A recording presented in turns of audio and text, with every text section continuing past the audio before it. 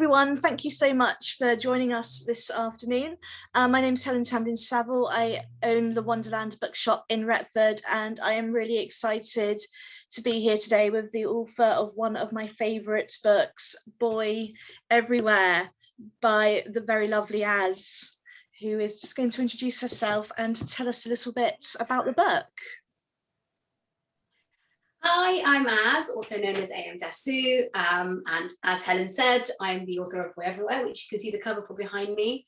And Boy Everywhere is a story of privilege. It looks at the refugee crisis from a completely new perspective. And through 13-year-old Sammy's eyes, it shows us that we are all one cruel twist of fate away from becoming refugees ourselves, that it can happen to anybody. Sammy is an ordinary boy who lives a happy, normal life in Damascus. Friends. He has a potential to play for the school football team. He's got an iPad, a PlayStation, weekends at the mall to look forward to, and in an instant he loses it all. And you follow him across countries and continents before he gets to the UK, which isn't quite what he imagined it to be. Thank you, Az. And for those people who are watching who aren't familiar with the book, would you be happy to read a short segment to us? Sure. So I'm going to read it off my screen. And this is chapter 6. It's a bit it's a little bit later in the story, and they've left Syria and they've arrived in Turkey, and this is the first place that Sammy sees in Turkey after leaving home. Okay, so I'm reading as Sammy. We trudged through the muddy front yard, through a wooden side gate to the back. I could just make out some iron railings. Behind them was a stone staircase which the driver led. Took it, surprised to find Baba's was trembling. I held my hand out to Mama as she carried Sarah, and we all moved down carefully, making sure we didn't miss a step and tumble. We walked through a creaky door into a room full of people. The driver went to speak to a tall, thin man in a language I guess was Turkish, and then nodded to Baba as he walked back out. He locked the door behind him, and the hairs on the back of my neck stood up. Why had he locked the door? What if there was a fire? How would we get out? I looked around. Were we going to stay in this one? There were no windows, just the locked door behind us, the only light from candles dotted about on the floor. We followed Baba between groups of people, trying not to step on anyone. Some lay on their backs and stared at the ceiling, while some slept. A woman rocked a baby back and forth. The room smelled tangy of mold and stinky armpits. I tried not to breathe in with my nose, but I could still taste it in the back of my throat. Baba stopped in a corner where space had been made for us. Go to sleep for a bit, he said. Sleep? There was no way. Whole wall looking around the room. There were so many people. I could hardly see the floor. There had to be at least 30 of us. The people became blurry. I couldn't see them clearly anymore. Tears spilled down my chin and splashed onto my jeans. For the first time since we left Syria, what we were actually doing had really hit me. We had left home.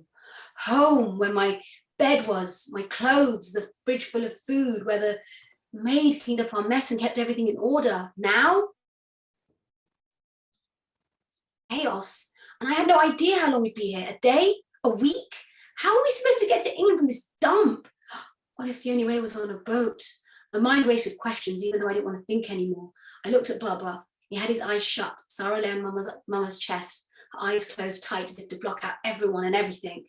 Mama's fingers glided slowly over one prayer bead then the next. I wanted to shout and scream and ask why we were here, but I knew I couldn't. We were all in the same situation. I had to stay quiet. Mama said so. Myself, it'll all be okay once you get to England. So that's the moment where Sammy's life is never the same again. That's it, it's changed forever. I mean, that's such a powerful segment, and you know, to think of a 13-year-old boy and his family going through this, it's so difficult to imagine and comprehend, and yet this is what people are going through. And I think that leads me to my first question for you, Az, and that's, you know, what made you decide to tell the story of Sammy and his family's journey? So It was born from my desire to challenge stereotypes and build empathy. I wanted to challenge the narrative that refugees are needy and desperate, you know, the narrative that we're shown all the time on the news, and instead show the reality of their lives, the choices that they're forced to make. And I wanted to create a window that would allow readers to experience how it feels to have it all and then lose it, and really and I wanted to show that the main thing I wanted to do was show that it was really hard for refugees to leave home, and for readers to see that no matter who you are or where you're from, we've got so many similarities. You know, we've all got the same hopes and fears. We all want to be warm and in clean surroundings. We all want to be with family and friends. And where you're from and where you end up does not define you. And I wanted to sort of focus not on our differences, but what we've got in common. So my together and hopefully, you know, encourage a discussion to sort of build a kinder society, because I believe books can absolutely help us do that. So I want to ask you, Helen, what made you open your absolutely gorgeous bookshop, Wonderland Bookshop, which is a complete wonderland? Thank you. I was very lucky. A little bit of me had always had a little dream of wanting to own a bookshop because I always loved books. And I was very lucky. Some of the people who are attending this conference will know that there was a bookshop in town called the Barrister's Book Chamber, absolutely beautiful secondhand bookshop where I had a part-time job, and they opened a children's bookshop. They sadly made the decision at the end of 2019 that they were going to close and move on to Matlock. And I love the children's bookshop so much, I couldn't bear to see it go. So I went and spoke to them, and we sort of negotiated a few things, and here we are. Retford still has a children's bookshop. We've been really well supported by the community, and it's been a little dream of mine that I'm being really, really lucky. And it gives me the opportunity as well to, you know, meet brilliant authors like you and read so many books and share those with other people and children, which is just, it's a privilege to be able to do that, I think. We're so lucky to have you. I mean, I can't believe you've achieved in such a short time. It's as if you've been there for ages. It's amazing. Yeah, a huge credit to you. Thank you. So if we could go back to Boy Everywhere, you know that I'm a massive fan of the book.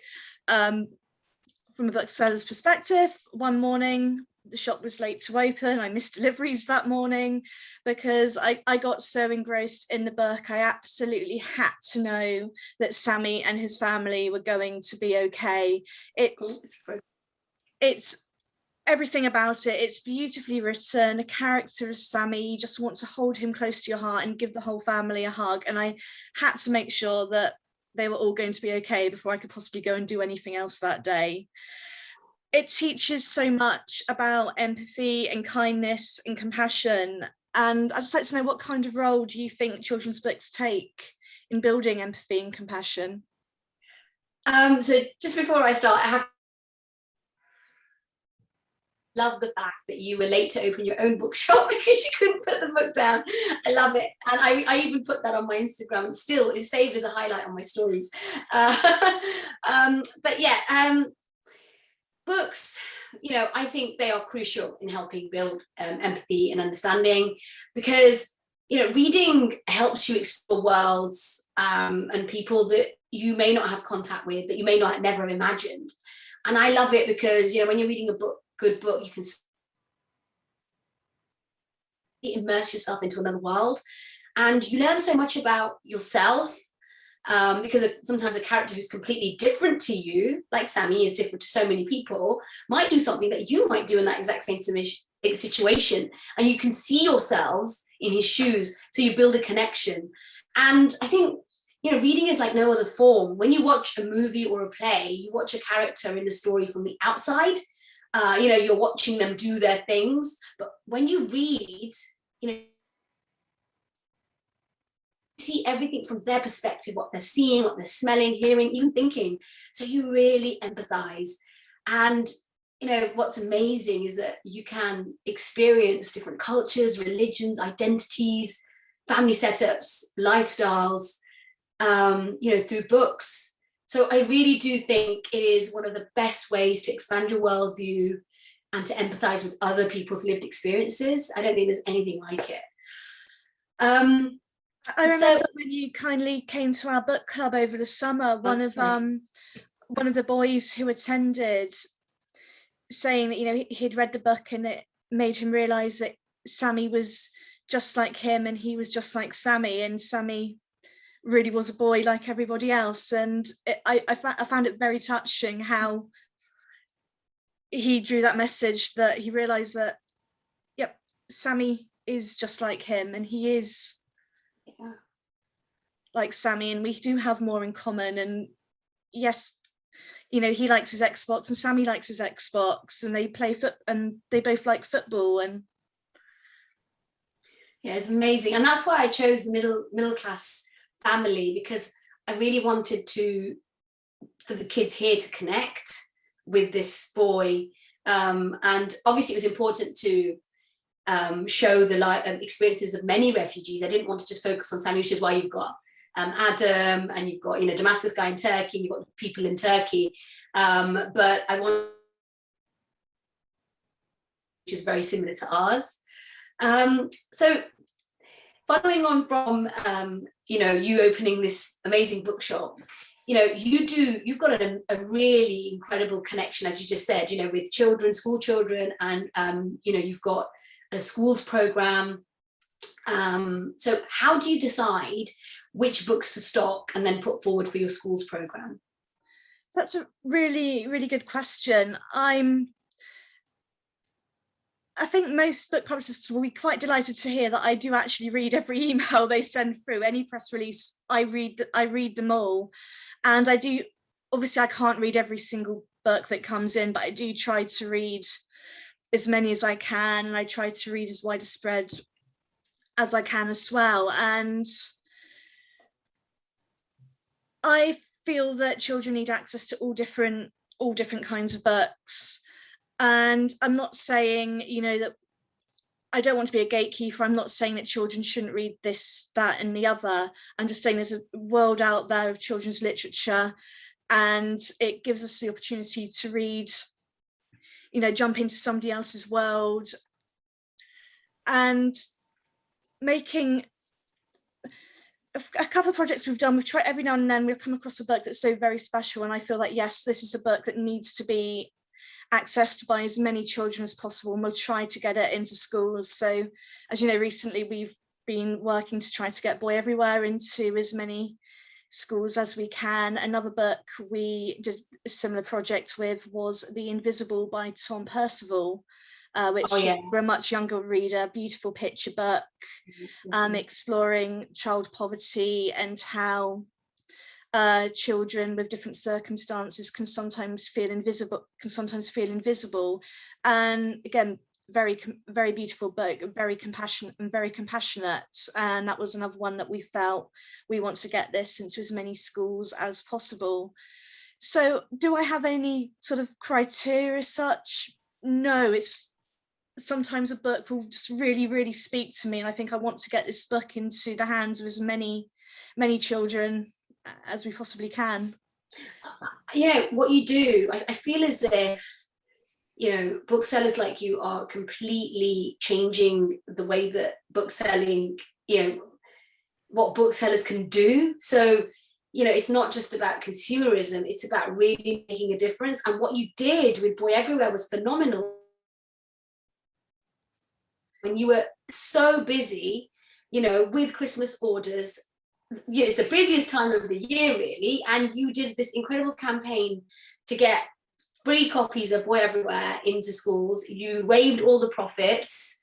I mean, I was so touched. Thank you so much. And you know, the reaction, you know, the response was amazing. I mean, how many copies did you get into schools in the end?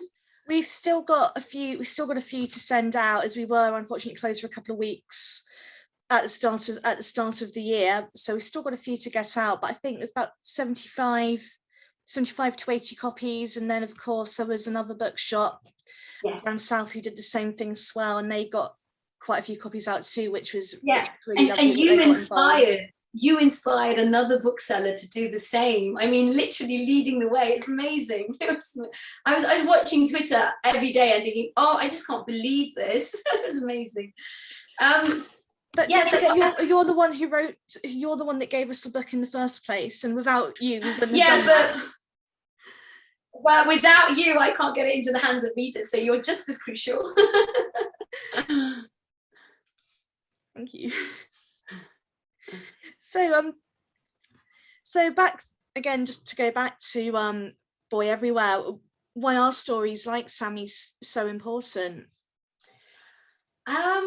I think, it's about making that connection with people that are different to you. So, Sammy is like,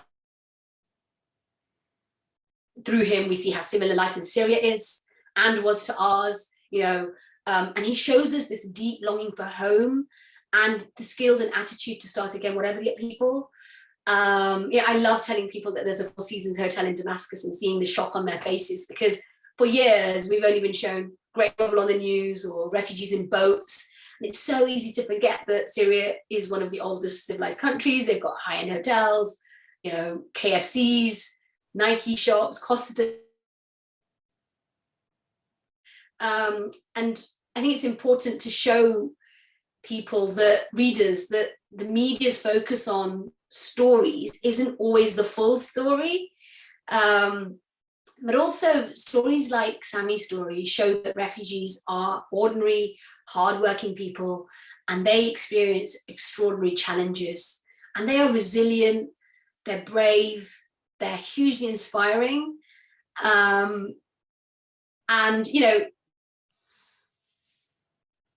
With Sammy and see how easily this can happen to us. And in terms of empathy, books like Boy Everywhere, Sammy's story, they're a great way of helping children to learn why empathy is so important, and that it's such a, and it is such a useful tool for us in life, because it helps. Books that are empathetic help children see, how you can understand others, their motivations, their behavior. It helps that books like this help children to develop skills that will hold them in good stead world, but help them become thoughtful adults that can actually make a difference in the world. And I know that sounds ambitious, but change always starts with one person. Absolutely. Yeah, absolutely. I mean, there's a saying, isn't?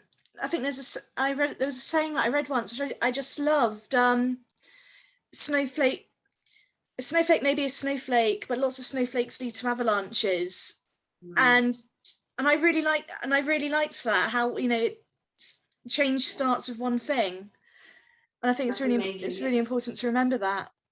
Yeah, it is. So in terms of keeping in with the theme of empathy, do you think books that build empathy are necessary? And as a bookseller, do you seek them out especially?